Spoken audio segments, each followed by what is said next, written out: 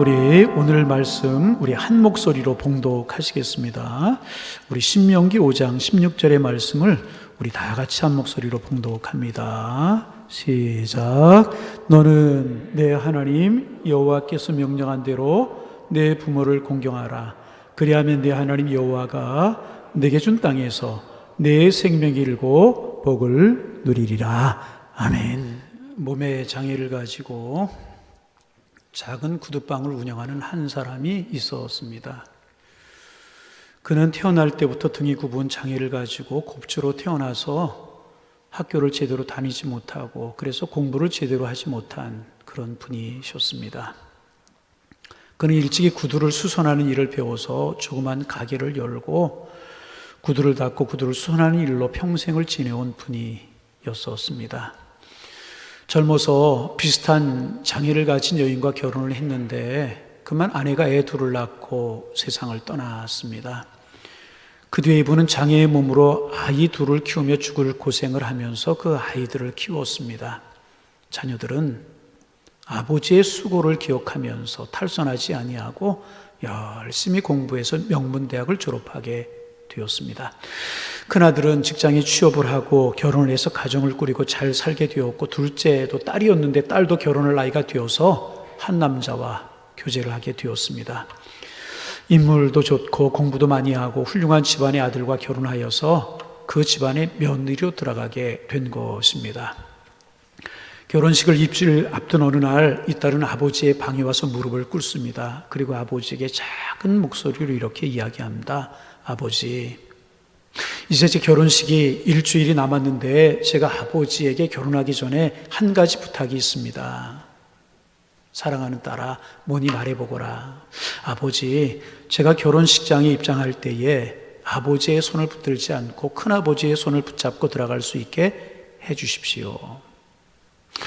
아버지는 제 결혼식 날 집에서 쉬시고 큰아버지가 대신 제 손을 붙들고 들어갔으면 좋겠습니다. 그 순간 옆에 있던 오빠가 여동생이 뺨을 후려칩니다. 이런 못된 것을 보았나. 아버지가 너와 나를 위해서 얼마나 고생을 하며 어머니도 없는 우리를 키우기 위해서 아버지가 얼마나 고생했는 줄 알면서 어떻게 키웠는 줄 알면서 내가 그런 말을 어떻게 할 수 있는 것이냐. 그러면 다시 한번 동생이 뺨을 때리려고 손을 드는 순간에 아버지가 그 아들의 손을 잡습니다. 그리고 이렇게 말합니다. 딸아, 그렇게 하도록 해라. 나는 어찌해도 좋으니, 나는 어찌 돼도 좋으니 너만 결혼해서 행복하면 된단다. 그래, 그리 해주마. 딸의 결혼식 날이었습니다. 딸의 결혼식 날 이 아버지는 결혼식장에 가지 못하고 방에 누워 계십니다. 흐르는 눈물을 두 손으로 닦으며 벽에 걸려있는 시계를 쳐다봅니다. 아, 지금쯤 내 딸이 예쁜 신부 화장을 하고 입장을 하겠구나.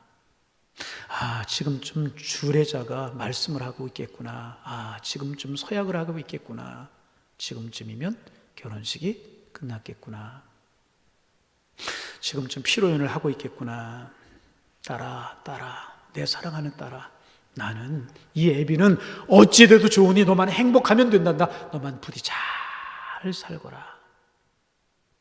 아버지는 불편한 몸으로 눈에 흐르는 눈물을 닦으며 어두운 방에 홀로 눈물을 흘리며 계셨습니다. 딸은 결혼하여서 아들, 딸 낳고 잘 살게 되었습니다. 몇 년 뒤에 이 아버지는 병을 얻으셔서 그만 하늘나라로 가셨습니다. 딸이 자식을 낳아 키우다 보니 아버지의 마음을 알 것 같았습니다. 부부가 둘이 자식을 키워도 너무나 힘든데 어머니가 돌아가시고 불편한 몸으로 아버지가 우리 둘을 키웠을 것을 생각하니 딸이 아버지에게 한 행동이 후회스럽기가 그지 없었습니다. 아버지에게 진심으로 사과하고 싶었습니다. 그러나 아버지 이미 이 세상에 계시지 아니하셨습니다. 그래서 딸은 일간신문 광고란에 광고란 하나를 사서 이런 광고를 냈습니다. 하늘나라로 가신 아버지께 드리는 사과문. 하늘나라로 가신 아버지께 드리는 사과문. 그래서 그는 평생 육신의 장애를 가지고 살아왔던 그 아버지의 가슴에 자기의 손으로 큰 대못을 박은 불효를 회개하고 사과했습니다.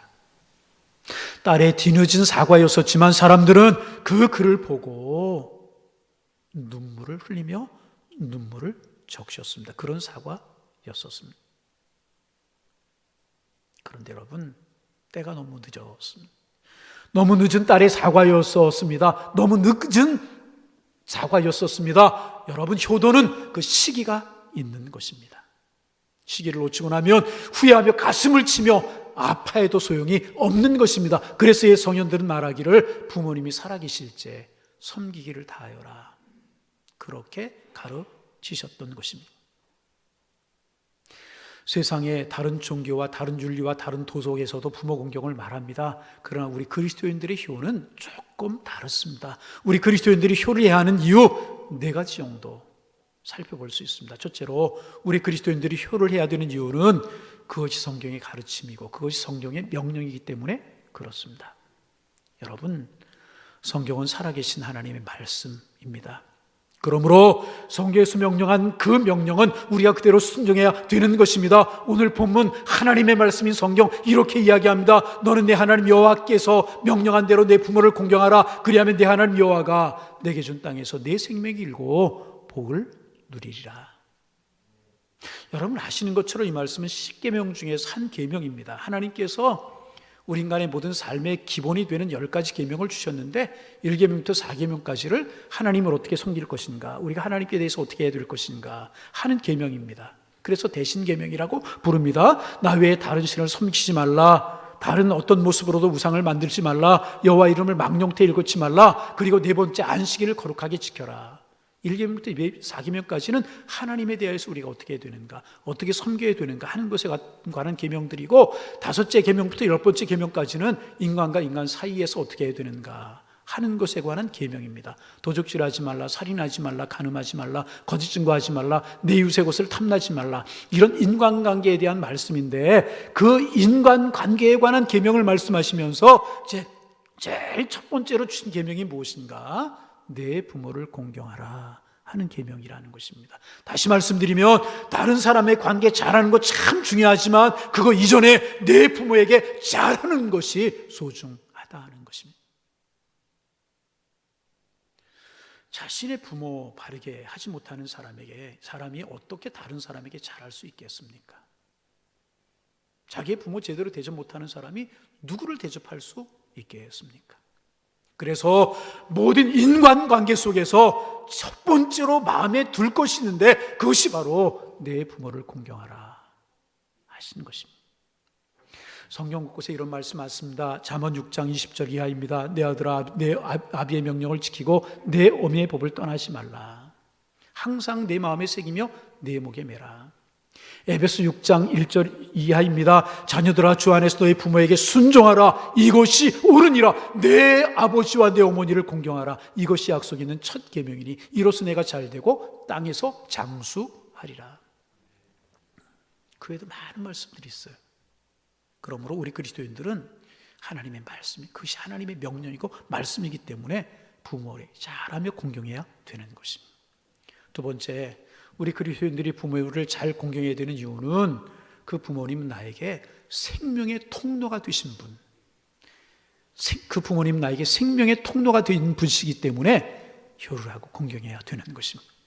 유교에서는요, 내 생명이 부모님께로부터 왔다고 가르치죠. 우리의 몸이, 내 살과 내 뼈가, 피가 부모님께로부터 왔다고. 그래서 내 몸을 해하는 것은 부모님에게 불의하는 것이라고 유교에서는 가르칩니다. 그런데 성경은 그렇게 가르치지 않습니다. 생명은 부모님이 주신 것이 아니고요, 하나님이 주신 것입니다. 그런데 여러분, 중요한 것이 있어요. 생명은 하나님께 주셨지만 그 생명을 누구를 통해 주셨느냐? 부모님을 통해서 주셨다는 거예요. 하나님께서 그분을 나의 아버지로, 그분을 나의 어머니로 삼으셔서 우리를 세상에 보내주셨다는 것입니다. 그 아버지와 어머니의 땀과 수고를 통하여서 내가 이 땅에 태어날 수 있었고, 내가 이제까지 올 수 있었고, 내가 될 수가 있었다는 것입니다. 그러므로 우리는 생명의 통로 되시는 부모님의 은혜에 보답하는 마음으로 효를 다 할 수 있어야 되는 것입니다. 여러분, 부모 없는 자녀가 세상에 어떻게 존재할 수 있겠습니까?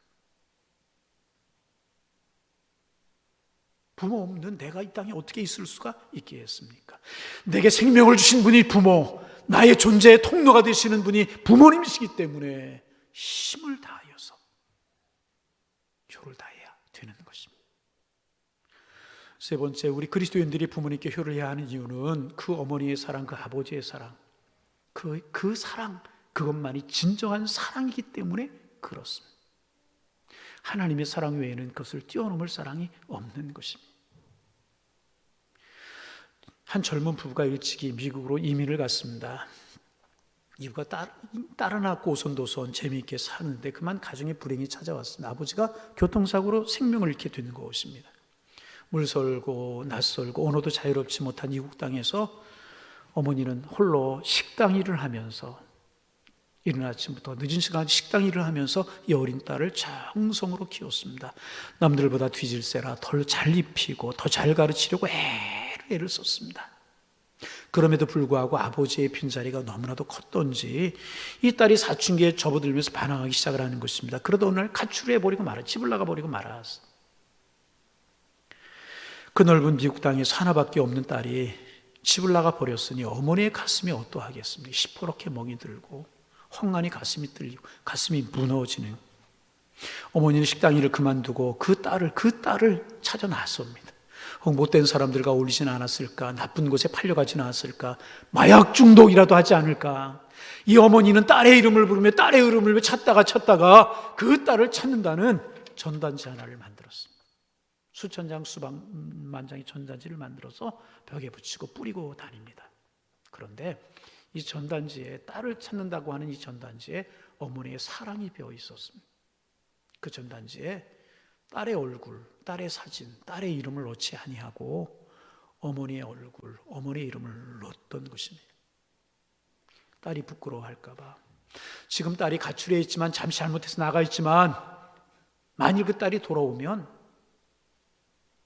전단지에 있었던 딸의 사진, 얼굴을 보고 사람들이 그것을 기억한 채는 얼마 전에 집을 나갔던 애야, 엄마 속을 지긋지긋하게 썩였던 애래, 그 엄마가 사진을 방방곳곳에 붙이면서 이리저리 찾아다녔던 애야, 못된 딸이야. 사람들이 비웃고 조롱하고 손가락질할까 봐 전단지에 딸 대신 당신의 얼굴과 당신의 이름을 넣었다는 것입니다.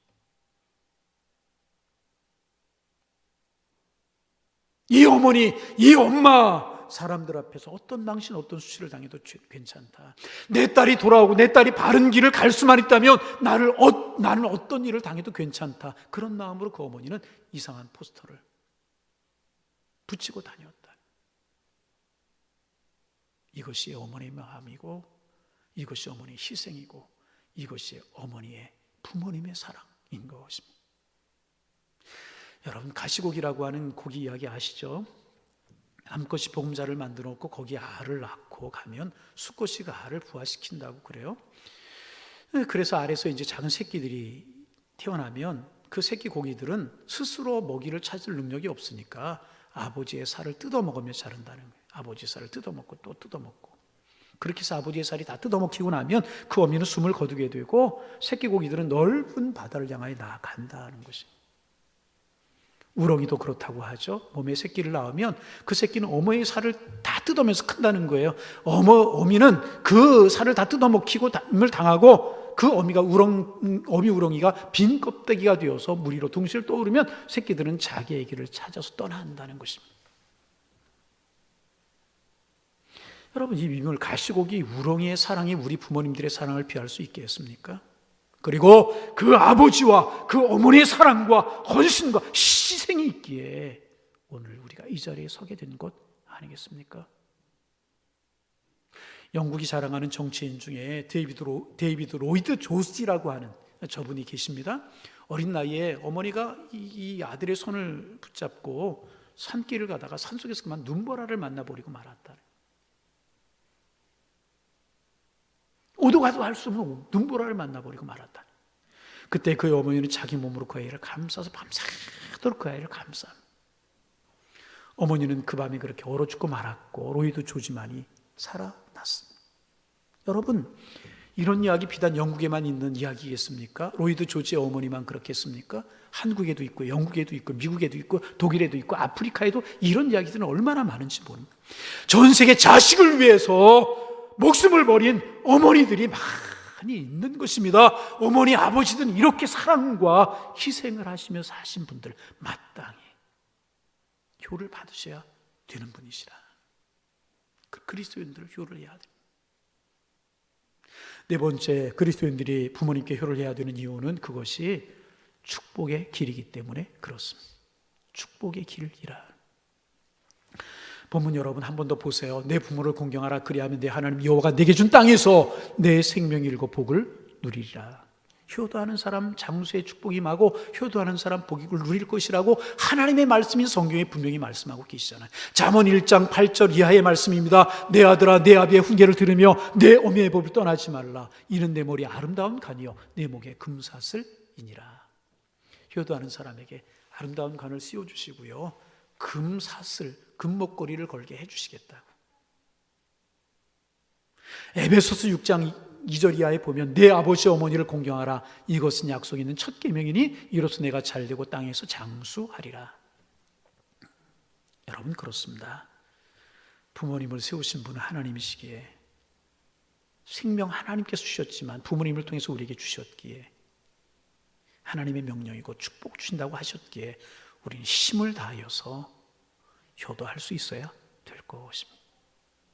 그러면 어떻게 효도를 해야 될까?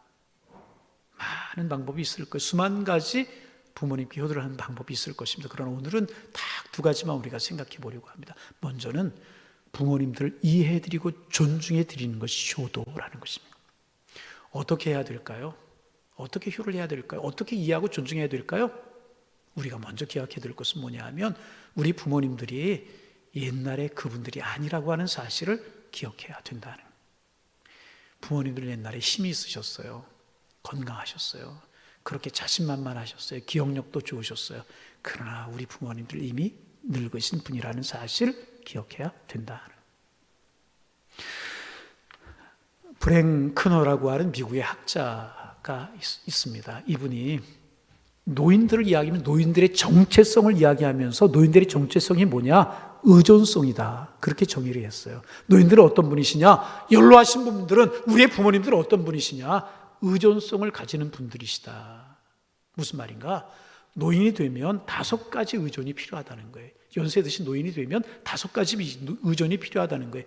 경제적인 의존이 필요하다. 경제적인 의존성. 두 번째, 신체적인 의존성. 약해지니까 신체적으로 의존성을 가지게 된다는 것이고요. 셋째로, 정신 능력적인 의존성이란 정신적으로 약해진다. 의존하게 되어 있다는 거예요. 넷째는 사회적 의존성. 사회적으로도 지위가 없어지고 의존하게 된다는 거예요. 다섯째, 심리적 의존성을 가지게 된다는 것입니다. 그러므로 어른들이 우리에게 기대는 것은 너무나도 당연한 일이라는 것입니다. 어머니, 왜 제게 부담을 주세요? 아버지, 왜 자꾸 제게 기대려고 하십니까? 말하지 말아야 된다는. 연로하신 분들이기 때문에 의존하게끔 되어 있고 그것이 자연스러운 일이라는 것입니다. 그러므로 그분들이 부모님들이 연로하신 분들이 젊은 날에 우리들의 버팀목이 되어주셨듯이 든든한 버팀목이 되어주셨듯이 이제는 우리가 그분들의 든든한 버팀목이 되어주어야 되는 것이라. 이 프랭크너 박사가 계속해서 말합니다. 노인이 되면 3가지 서글픔을 가지고 살아가는데 누가 서럽게 만들어서가 아니라 노인이 되면 연세가 들어가면 3가지 서글픔을 가지고 살아가는 분들이 노인들이시라는 거예요. 첫째로 아픈 것이 많아서 서럽다. 아픈 것이 많아서 허리도 아프고 관절도 아프고 다리도 아프고 머리도 아프고 그래서 서러운 것이 노인이라는 거예요. 자식들에게 엄살 부리려고 그러는 것이 결코 아니라는 거예요. 아픈 것이 많아진다. 그래서 서러운 분이 어른들이라. 두 번째, 외로움이 많아서 서러운 분들이 노인들이라는 거예요. 마음이 약해지게 되는 거예요. 호르몬 분비가 예전 같지 않아요. 그래서 감정이 흔들려 약해져.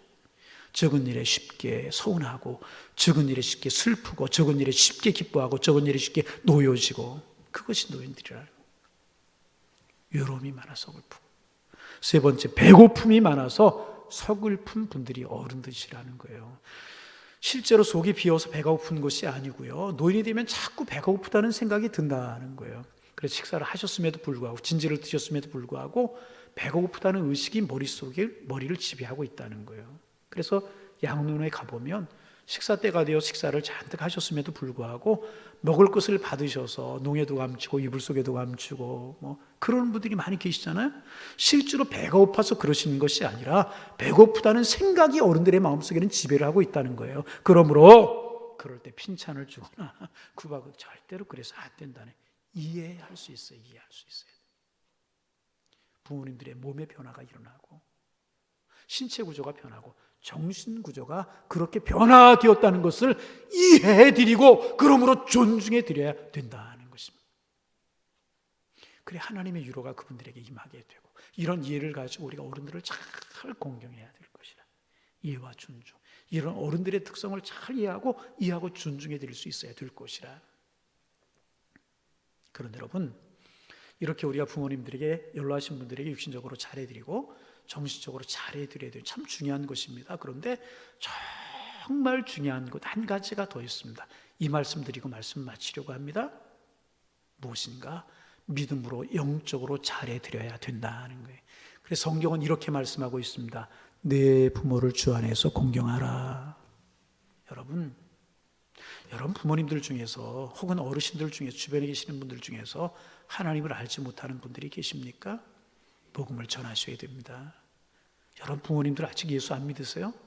간절한 열망을 가지고 기도하셔야 된다.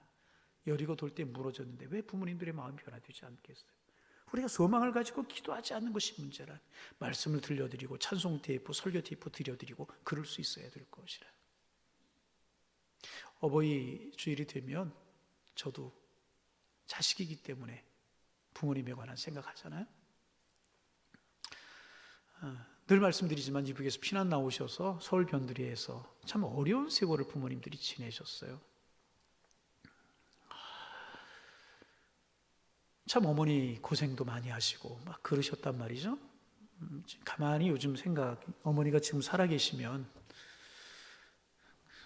고기라도 사드리고 그럴 수 있을 것 같아요.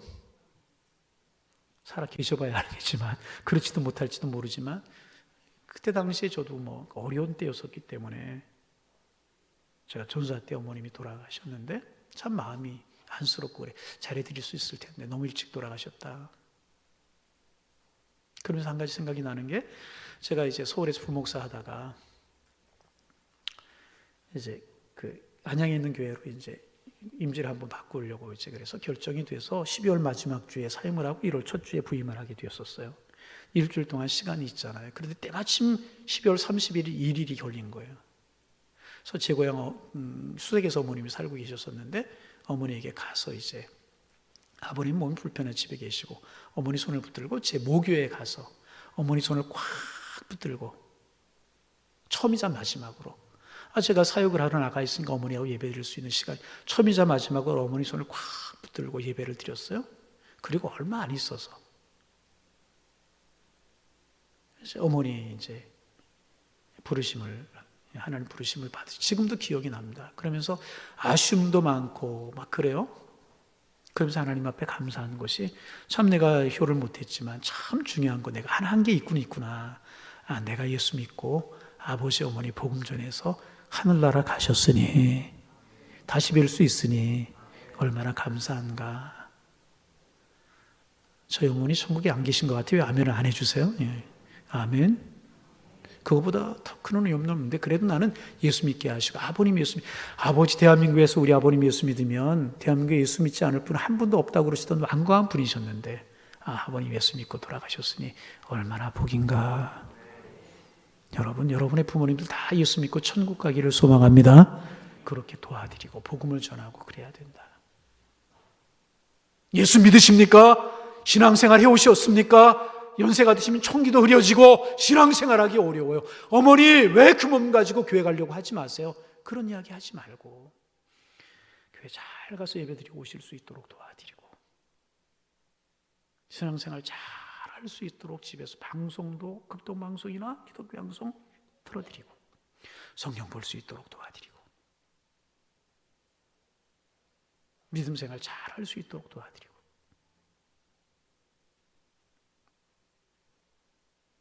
전에도 한번 말씀드렸는데 어느 분이 치매가 왔다고 그러죠. 아들도 몰라보는 거예요. 목사님이 신방을 가셨어요. 목사님도 몰라봐요. 목사님이 아들 옆에 있고 기도합시다. 그랬더니 그분이 하나님 그러면서 기도하는 모습을 갖추더라는 거예요. 이분의 머릿속에 하나님 기도는 치매로 다 잊어버렸지만, 아들도 알아보지 못하고 목사님도 알아보지 못하지만 하나님은 기억하시더라는 거예요.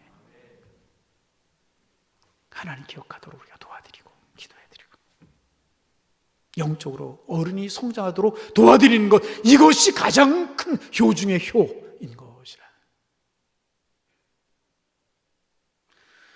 마지막으로 어떤 분이 썼는지 잘 알지 못하지만 오해라고 하는 제목의 글이 있어서 여러분들에게 좀 소개하려고 합니다. 읽어드리면서 말씀 마치려고 합니다. 어떤 한 사람이 성장해서 아버지가 되고 어머니가 되었어요. 그리고 나서 전에 아버지와 어머니에게 가졌던 오해, 글로 쓴 그런 글이 있었어요. 들어보세요. 우리 어머니는 엄마가 보고 싶지 않은 줄 알았습니다. 어머니는 친구가 한 사람도 없는 줄 알았습니다. 어머니 몸은 절대로 아프지 않는 어떤 특별한 몸인 줄 알았습니다. 어머니는 새벽에 일찍 일어나고 늦게 잠드시는 것을 좋아하시는 줄 알았습니다. 어머니는 특별히 좋아하는 음식이 한 가지도 없는 줄 알았습니다. 어머니는 얼굴이 고와지고 몸매가 날씬해지는 것에는 전혀 관심이 없으신 줄 알았습니다. 어머니는 모든 것을 좋게 받아들이고 아무 불만도 없으신 줄 알았습니다. 어머니는 우리가 전화를 길게 하는 것을 좋아하시지 않는 줄 알았습니다. 그 어머니는 언제까지나 우리 곁에 계실 줄 알았습니다. 우리 아버지는 단 하루라도 쉬는 것을 좋아하시지 않는 줄 알았습니다. 아버지는 웃는 것을 모르신 줄 알았습니다. 아버지의 배는 빨리 불러와 좋은 음식 앞에서도 빨리 일어나시는 줄 알았습니다. 아버지는 양복 입고 넥타이 매는 것을 싫어하시는 줄 알았습니다. 아버지의 안주머니에는 늘 돈이 들어있는 줄 알았습니다. 아버지는 우리가 하는 말을 귀담아 듣지 않으시는 줄 알았습니다. 아버지는 좋아하시는 운동도 취미도 없는 줄 알았습니다. 아버지는 아무리 깊고 험한 길을 걸어가도 조금도 두려워하지 않으시는 줄 알았습니다. 아버지의 눈에 눈물이 한 방울도 없는 줄 알았습니다. 아버지는 우리가 객지로 떠나는 것을 좋아하시는 줄 알았습니다. 아버지는 언제나 건강하실 줄 알았습니다. 그 아버지, 우리와 항상 함께 하실 줄 알았습니다. 오해였습니다. 여러분, 이런 오해를 하고 살아가는 우리는 혹 아니십니까? 기회가 있고 때가 있는 것입니다. 성경은 우리에게 말씀합니다. 내 부모를 공경하라. 그래야 내가 땅이 잘 되고 내 생명이 길리라. 기도하겠습니다. 하나님 아버지,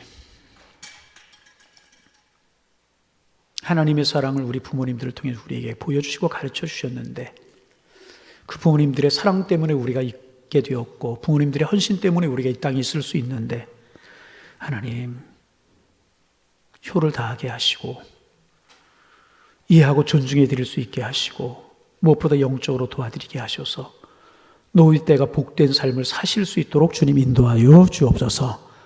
부모됨을 기억하며 자녀됨을 기억하는 어버이 주일에 하나님의 사랑, 부모님의 사랑, 또 내 그 사랑 받은 것 자녀들에게 물려줄 것 마음에 다짐하게 하셔서 우리의 자녀들, 우리의 가정이 복되고 아름다운 가정들이 다 될 수 있도록 주님 축복하여 주옵소서. 예수님의 이름으로 기도하옵나이다. 아멘.